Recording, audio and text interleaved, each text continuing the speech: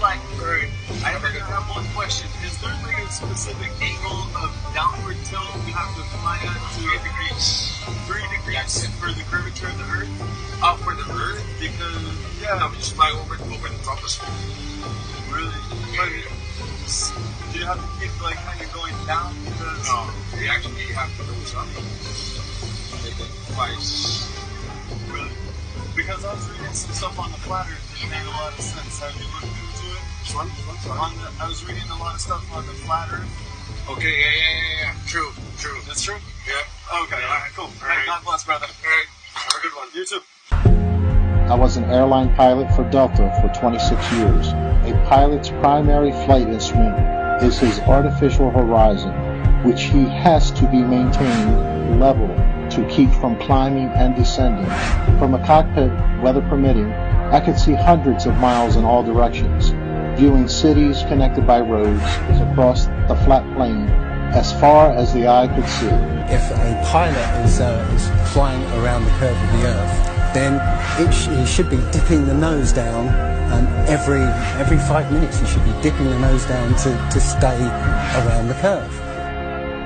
That's absolute proof that a plane flies over a flat surface rather than a curved one. So let's swing over to the video that I've got playing, which was put out this week by Mark Sargent. And I don't know if you guys have seen this or not, but it's super interesting in that he has got essentially the live air traffic that is, being flown over the United States. And as you can see, there are literally thousands of flights going every which direction. And this first flight, this first scene that we're seeing is a top-down view. But this is interesting. I didn't even know you could do this, but apparently you can take a kind of a side view and three-dimensional view of it. And interestingly enough, it is projected once again in 2D, which is strange because, over the nearly 3,000 miles across the country, we would have several hundred miles of curvature.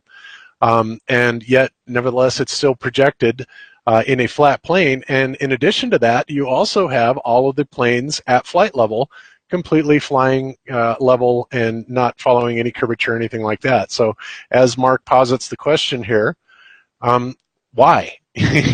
Why is everything always presented to us as a flat plane when in fact supposedly it's supposed to be a globe? I think this is a really interesting thing, and good catch by Mark Sargent to point this out. Just an interesting thing, and of course you know me, I'm always looking for interesting clips to show on the show, and this is one of them that I thought was really quite remarkable, that once again, they never ever seem to show anything that relates any kind of curvature. Everything is flat, the maps are flat. The only thing that we ever see is a globe, and we're told that we're on a ball, which of course is preposterous. So just something else to consider and ask yourself why this is actually happening.